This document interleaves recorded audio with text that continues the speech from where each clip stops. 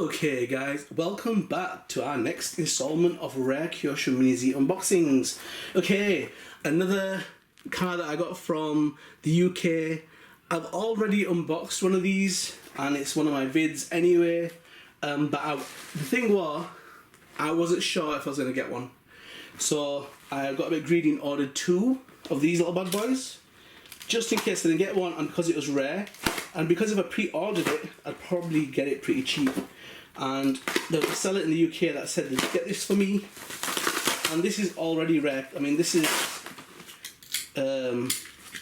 officially rare from Kyosho.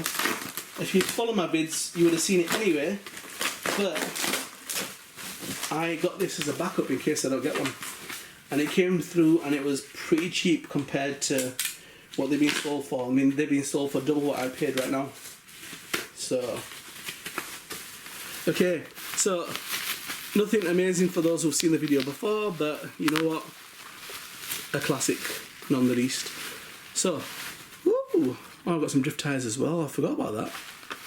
So I've got some wides and I've got some narrows. Right, cool. Okay, so you would have seen that in my vids anyway, guys. And that is the rare 1 out of 1,800 Nissan Skyline GTR, and this is the V-Spec 2 Noor R34, and that is a bad boy. So yep, you've seen it before guys if you've watched my vids. So this was the 20th anniversary version. Kyosho have been running for about almost 60 years now. But Mini Z's, this is their 20th anniversary. That's how they brought that little bad boy out. Okay. So, yeah, that was just me being a bit paranoid. But I don't regret it, because for the price I got it at, you know, I got it for a good price. It was like what it should normally be. The prices have jacked up silly in the meantime. So, yeah. So let me push you a little bit over here so you can see this little bad boy. Okay. Righty, and with that, managed to get this little bad boy. I had this already, and again, it's one of the shells that I like. This was one of my earlier 110 scale RC hobby grade RC cars, and you know, the ones that I'm fond of, I do point out, the ones that I'm fond of, guys, I do like to keep a backup. And this has become rare as well. Okay. So it's the D2 Mercedes CLK. I love the D2 kind of hydro dipped look that's all over the car. Love that.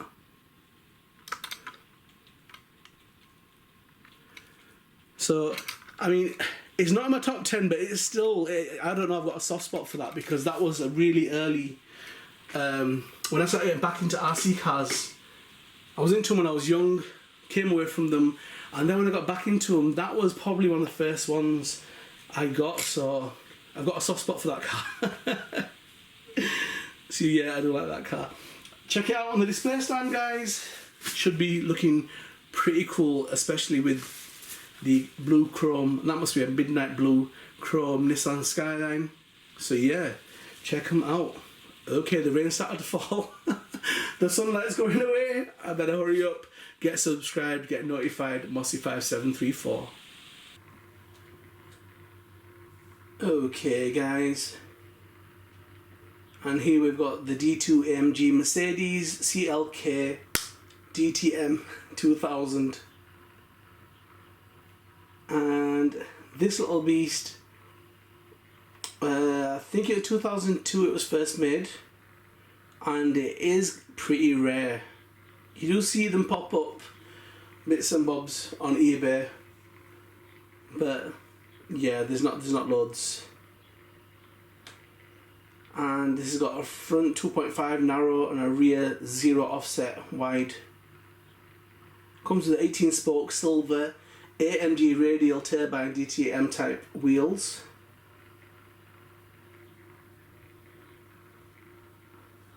And I like this shell. This is another one I put trying it out with the black background, because I've noticed white or silver or light colours don't come up that well on white backgrounds. So let's see.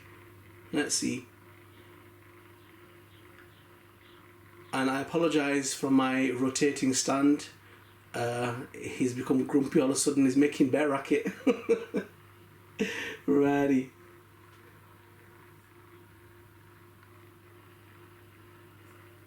So let's see where we are with this little bad boy. And this is one of them cars that I really liked. As I say, it's a car that I had when I started getting back into RCs. When was that? When my kids were small. So I was into RCs when I was younger. The first hobby grade RC I got was probably when I was about 10. And then I kind of moved away from them. And then when my kids were small, I realised it's money going down the drain buying them cars from normal shops, because they're just breaking them. With hobby cars, you can replace the parts. What you end up spending with your kids, yeah, it's more expensive getting a big hobby car, but it works out the same. And that car, like the RC cars I bought for my kids, they've outlived their enthusiasm. They're still running. So let's have a look at some of the specs on this car. So DTM is Deutsche Tourwagen Masters. This is also a racing series as well. And this, so the CLK DTM AMG sports car, it's saying it's normally aspirated 4-litre V8. It's an engine limited to less than 500 horsepower. Well, I didn't think it was naturally aspirated. That's a surprise. And let's get the acceleration. So 0 to 100 kilometers, which is 62 miles an hour, is 3.8 seconds, and the top speed on this bad boy is 200 miles an hour. And this, when it was released, it cost €236,060 after taxes. So this was DTM, obviously based in Germany, but also elsewhere in Europe. And this car was pretty cheap to build and run for on-road reasons, but is restricted to 470 horsepower.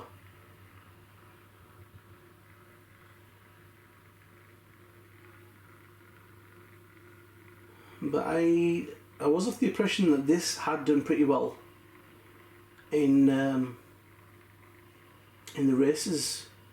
Now I'm not sure if that information's on here, but yeah, but Deutsche Tourwagen Masters was founded in 1999 and takes its name from Hans Werner Albrecht, who established AMG in 1967. And towards the end of 1998, Albrecht sold a major interest in AMG to Daimler Chrysler AG. So yeah, so basically company merged into another company. And did it win anything? Okay, here we go. That's kart championships. So joined the German Formula 3 circuit, winning the title in the following year 1987. And where else?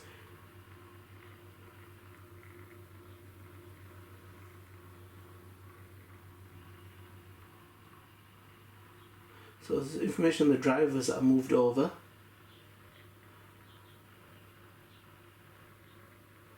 So okay, so I think it's Bernhard Schneider, who was one of the famous drivers, took the championship crown 3 of the 4 years, 2000, 2001, 2003, in the AMG CLK class, and was a runner-up in 2002.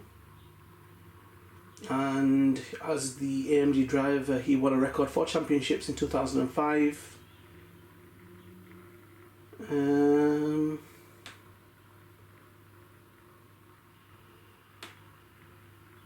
And he came out of retirement to doing several endurance races, including the 24 Hours Dubai and Bathurst 12-hour and he won both of these races in 2013. So that Bernard Schneider is pretty famous as a racer, and this was the car that he won a lot of his races in. So there's been a lot of merging with this, with Opel GmbH, when they're doing projects together. Okay, right. But anyhow, that is definitely a car that I liked. And the Hydro Dip, one of my favourite Lamborghinis, has got the same decals. But I just love the Hydro Dip D2 decals that are all over the car. And then yellow mirrors are just so cute. They just look so odd. But yeah, I would have preferred it to be a little bit more blown out, but it's pretty cool. It's kind of alright. But I want to... Having spares is a good idea, because I do race vids and they could get trashed or I could jump them, so you don't want to have your prized shell getting involved in all that stuff. So, yep, let's move on to the next one, guys. Get subscribed, get notified. And this is a 94mm L rear motor mount wheelbase car. So, yep. So this has also been a drifting car and also an MR03, but a narrow version. And the wheels, guys, are they're just narrow wheels, no offset on them. But a total beauty, guys. Honestly, you know, I think we've all got a soft spot for that. That is a monster machine, guys. You look into the specs of that car, and it's totally crazy, man. You know, like I mentioned before, when it first came out, it was called Godzilla, guys. It won 29 victories out of 29 races. It totally smashed it, guys. And it won the JGTC Group A Series Championship 4 years in a row. And also had success in the Australian Touring Car Championships as well, guys. Winning from 1990 to 1992. So yeah, a total amazing car, guys. And this was the first production car to lap the Nuremberg racetrack in under 8 minutes. So, and even till this day, guys, you have a look at, you know, you go on YouTube, look at sleeper cars, or, you know, cars that are taken on supercars, you know, and they're smashing. And it's Nissan's, man. It's the GTRs. They are proper undercover cars. And you know what? These cars were only made in Japan and only made for Japan. Later on, they got exported to Australia, New Zealand, you know, Hong Kong, and even England. And I remember when guys were importing these, and there's a guy who lives quite close to me, he imported a white one, beautiful, full spec. I mean, the ones that come from Japan, guys, are fully kitted out, fully modded, spec'd out. And he imported it to the UK, and he got it for 10 grand, and I was like, ooh, okay. And that was about 20 years ago, and now they're probably 4 or 5 times as much as that now. People that got them should have held on to them, because that's a cash cow right there. So yeah, I mean, to say that these cars, guys, were coming when they were released, they were at $31,000, you know, and they were smashing cars. They were smashing supercars, guys. Hundreds of thousands of worth into supercars. These things are ruining them. I've seen these on Santa Pod, which is like a raceway in England, and over 1,000 bhp. That thing's sliding. It's power sliding. It's even when they're trying to set off, there's too much power in there. But yeah, for those that have done it right, they're street machines, man. They're blazing a trail. So this, obviously, the GTR, it became the flagship for Nissan Performance, and it was showing the advanced technologies, guys, the Attesta ETS 4-wheel drive system and the HICAS 4-wheel drive steering, yeah. And the thing was, the reason why they became really popular is they were inexpensive compared to the European rivals, guys.